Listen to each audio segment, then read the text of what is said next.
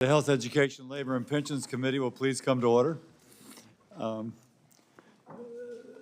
American workforce looks much different than it did 10 or even 5 years ago, let alone 100 years ago when some of our labor and employment laws were first enacted.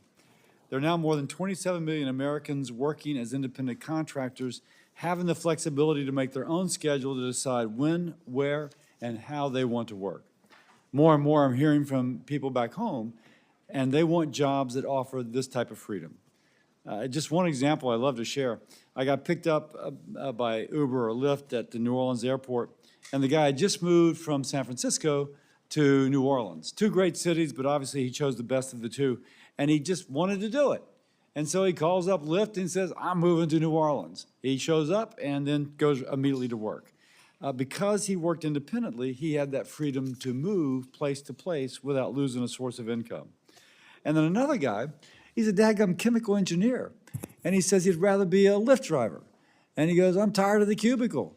He goes, I got this car. I take the car fishing on the day off. I can take my day off anytime I want to take a day off. But he stays with his chemical engineering job because he wants the benefits. But he'd rather have the freedom and the benefits. Now, I get that. People need a 401k, they need health insurance. So whether it's a hairstylist, musician, artist, in my state, a swamp tour guide, a rideshare driver, software designer, independent truck driver, none of them should have to choose between a flexible work schedule and having a 401k or health coverage. So Congress, we, should modernize labor laws to catch up on the 21st century and meet the needs of today's workers.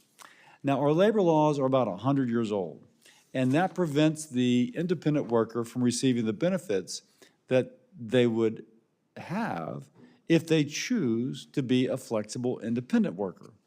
Now, we've heard from companies that want to give benefits to contractors, but they don't because of fear of misclassification lawsuits.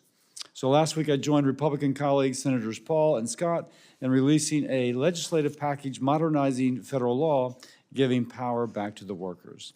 This pro-worker package establishes a safe harbor so that a worker can keep his or her independent status while unlocking benefits for themselves and their families.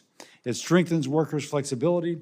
It makes it clear what legally constitutes an independent contractor. The package also increases workers' access to health care and retirement accounts like solo 401ks that are already available under federal law. I appreciate Senator Paul and Tim Scott for their leadership. And by the way, this is not partisan.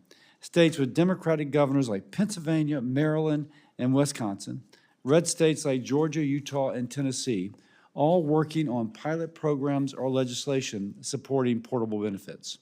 And while these concepts are being vetted in laboratories of democracies, outdated federal law still brings the threat of lawsuits preventing workers nationwide from accessing benefits.